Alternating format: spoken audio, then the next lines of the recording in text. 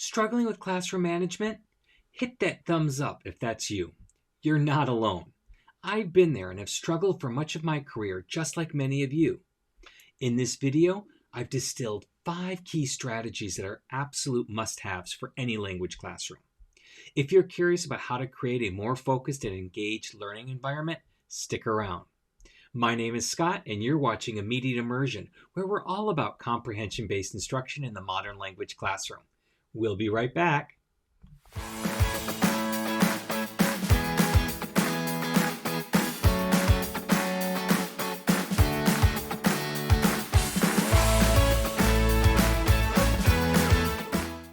All right, let's jump right into one of the cornerstones of effective classroom management: establishing classroom norms. You know, setting the stage right from the start is all about clear expectations. When students know exactly what's expected of them, it clears up any confusion and makes the classroom run much smoother. Now, here's a golden tip. State your norms positively. It's all about the framing. Instead of a list of don'ts, focus on what students can do. For instance, respect each other's opinions sounds so much more empowering than don't talk over others. This positive framing encourages a can-do attitude and fosters a more supportive classroom atmosphere. And remember, simplicity is your friend. Overloading students with too many rules can be overwhelming. Stick to 3 to 5 key norms. It's much easier for students to remember and follow.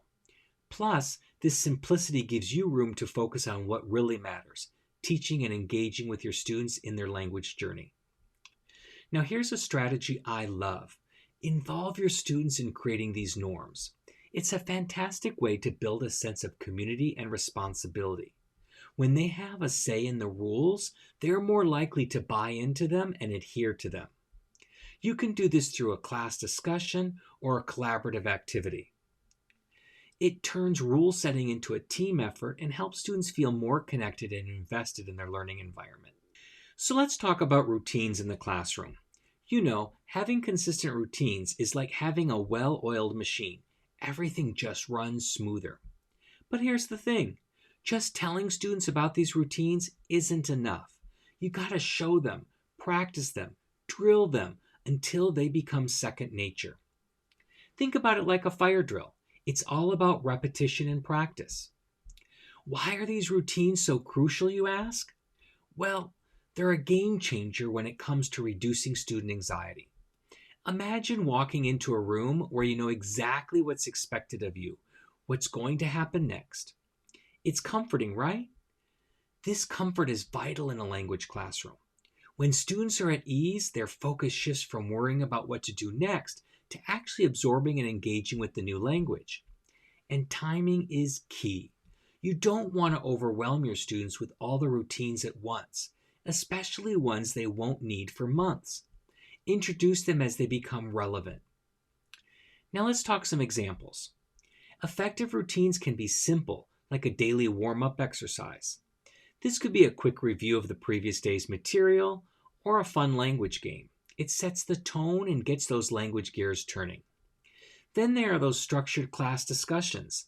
These are fantastic for setting clear expectations and how to engage in conversation, share ideas, and respectfully listen to others. Remember, the key to a seamless, effortless class lies in strategic, well-practiced routines.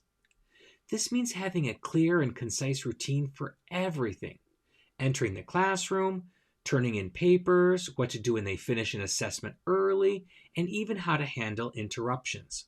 It's all about predictability and structure. And once these routines are in place and practiced regularly, you'll find your class running like a dream: smooth, efficient, and focused on the joy of language learning. Moving on to a super important aspect of classroom management and teaching: positive reinforcement and feedback. Now, this is where the art of teaching really comes into play. It's all about how you encourage your students to use the language and participate in class. Think of positive reinforcement as the fuel that keeps the language learning engine running. It's amazing how simple "great job" or "I love how you expressed that idea" can boost a student's confidence and willingness to participate. But here's the catch. It's not just about showering students with praise. It's about being genuine and specific. For instance, instead of a generic, good job, try something like, I really appreciate how you use the past tense correctly in that sentence. This not only acknowledges their effort, but also reinforces a specific language skill they're mastering. Now let's talk feedback. Constructive, supportive feedback is like a roadmap for your students. It guides them on their language journey, showing them where they're doing well and where they can improve. But it's crucial to strike the right balance.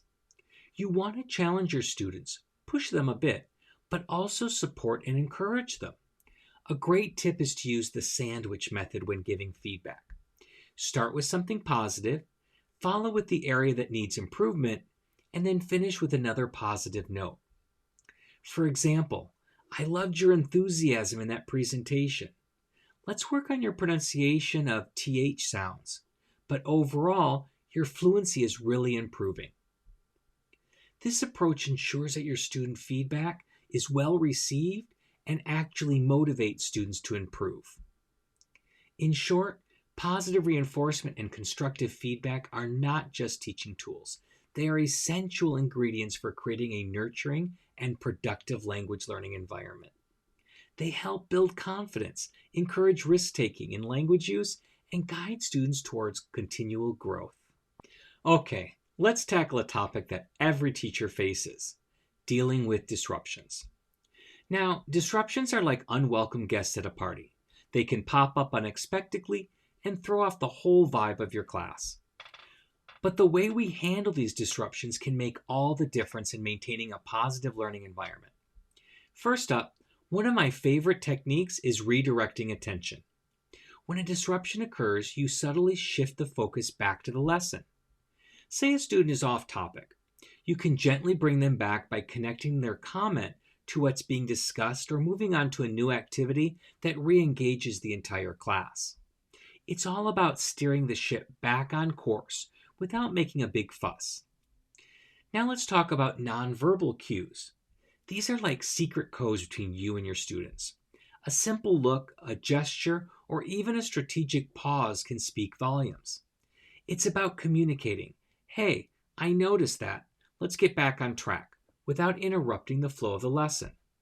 It's subtle yet effective, and over time, students start to understand these cues and respond accordingly. But sometimes you need to have those private conversations. Pulling someone aside and asking, hey, is everything okay, is crucial for understanding the root of the disruption and addressing it in a more personalized manner. It's important to approach these talks with empathy and a genuine desire to help the student. Often, there's more to a student's behavior than meets the eye, and a one-on-one conversation can reveal that and help find solutions. So in dealing with disruptions, the key is to stay calm, use a mix of strategies, and to always aim to preserve the positive atmosphere of class. Whether it's redirecting attention, using nonverbal cues, or having private chats, your goal is to handle disruptions in a way that respects the learning environment and supports your students' needs. Ever wondered what your unique style is when it comes to managing your classroom? Well, it's time to find out. Head over to our classroom management style quiz at mm.us/cmquiz and discover which type of classroom manager you are. Are you the innovator, the traditionalist, the motivator? There's only one way to find out. It's quick, fun, and you might just gain some surprising insights about yourself. And don't forget to share your results with us in the comments below. I can't wait to see what type of classroom leader you are. Finally, let's talk about something that's truly at the heart of teaching: creating an inclusive environment in your classroom. It's like hosting a big family dinner. You want to make sure everyone feels welcome, valued, and heard. In a language classroom, this is even more crucial because every student's voice is an essential part of the learning atmosphere. The key here, getting to know your students and building strong teacher-student relationships. When you understand their backgrounds, interests, and learning styles, you're better equipped to create lessons that resonate with everyone. It's not just about teaching a language, It's about teaching individuals who bring their unique perspective to the classroom. One effective technique is equitable questioning.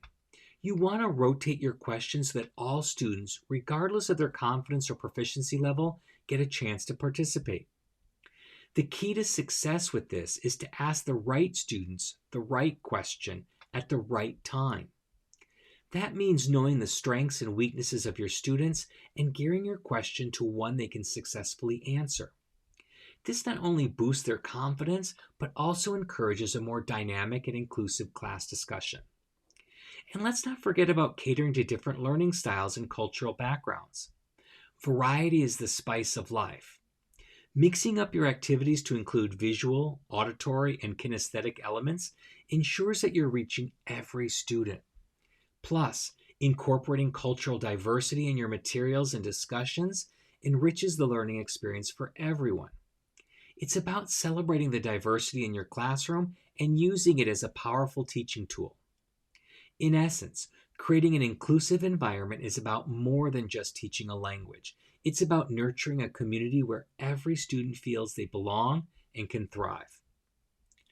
By getting to know your students and building those strong relationships, you're not just teaching them a language, you're giving them a voice in a world that's increasingly interconnected and diverse. Thanks so much for watching, everyone. I hope these strategies help you create a more dynamic and manageable language classroom. Have any tips of your own? I'd love to hear about them in the comments below. And don't forget to check out the 2 videos on your screen for more insights in language teaching.